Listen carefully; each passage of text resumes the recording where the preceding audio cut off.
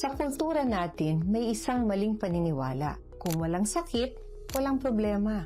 Pero ang totoo, maraming sakit ang tahimik lamang sa umpisa. Hindi ka makakaranas ng sakit sa dibdib o hindi ka mahihilo, pero unti-unting nasisira ang iyong puso at ang iyong mga ugat.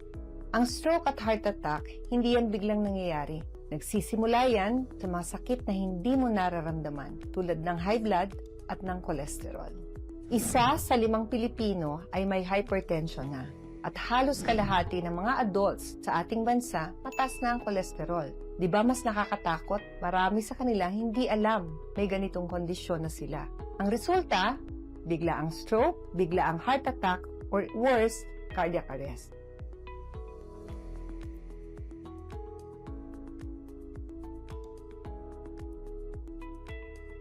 So, malaki ang kinalaman ng ating pagkain at lifestyle. So, ano ba itong mga key causes na ito? So, number 1, unhealthy diet. So, ano mga diet ito? So, mahilig tayo sa tuyo, bagoong, chicharon, lechon, sa mga sobrang alat at sobrang taba.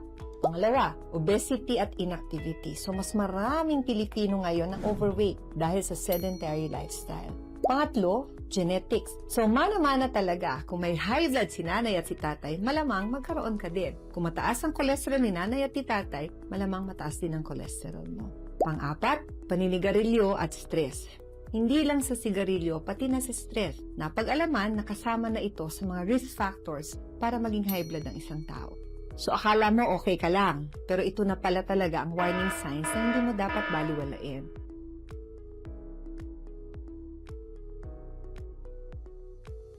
So, madalas na pananakit ng ulo, hindi lang dahil sa pagod.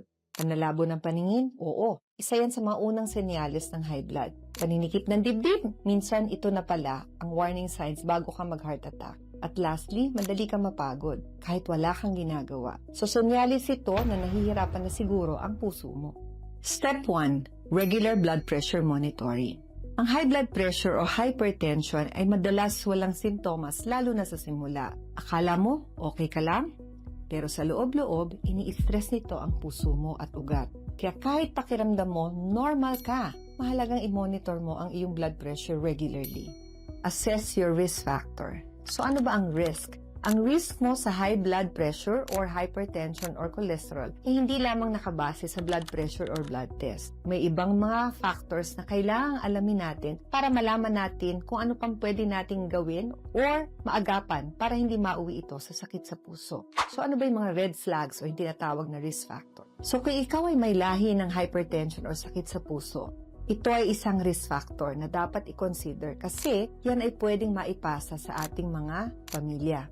Diabetes. Ang diabetes kasama ng high blood pressure ay madalas magkasama or magkasabay. Kaya kung diabetic ka, dapat mas mag-ingat.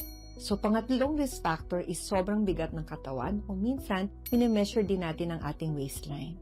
Stress level is another risk factor because it is associated with high blood pressure.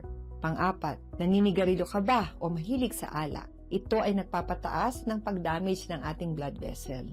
Madalas pagkain ng maalat, matataba at pritong pagkain. Kasama na rito ang tuyo, chicharon at mga fast food. Kawalan ng exercise. Ang sedentary lifestyle ay nag-ambag na rin sa pagkakaroon ng high blood pressure o tinatawag na hypertension and abnormal cholesterol. So pag pinagsama-sama mo tong lahat ng risk factor na to, kombinasyon ng lahat na ito ay nagpapataas ng risk para sa isang tao para atakihin sa puso or stroke.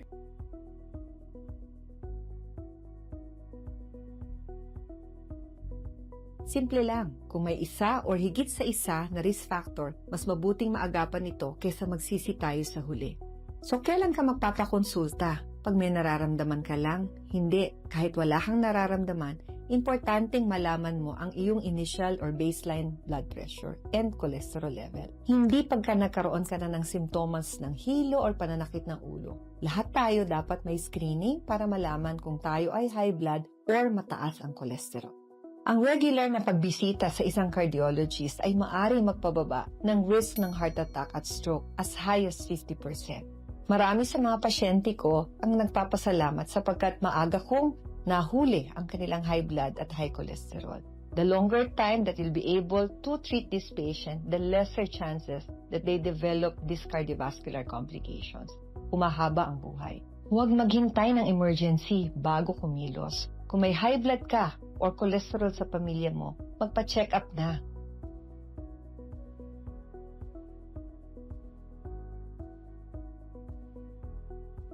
Broken heart syndrome ay isang kondisyon sa puso wherein naapektuhan ng muscle nito at saka ang kuryente pag ikaw ay emotionally stressed o may physical stress sa ating katawan.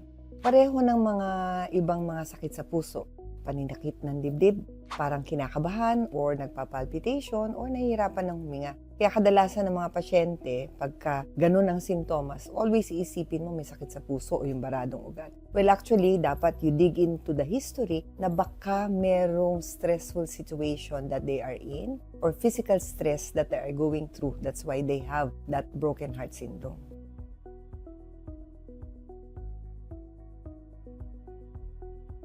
In terms of gender, sino bang mas naapektuhan ng Takotsubo or yung tinatawag na broken heart syndrome? It is usually the female. In their middle age, usually more than 50 years of age. Bakit? Number one, because women mas nagkikimkim ng mga emotional stress, no? Grief, broken heart nga na sinasabi, loss of love, etc. Kaya ang mga babae ang mas nagiging prone para dito sa disease na ito. Now, bakit more than 50 years of age? Because again, no, menopause, you lost estrogen. So, estrogen is very protective against cardiovascular disease. But when you develop that, pwedeng magkaroon ng predisposition for a more serious condition. Kaya dapat talagang good diagnosis para alam natin anong gagawin natin sa kanila. Kaya tayo mga kababaihan, we have to take care of our heart.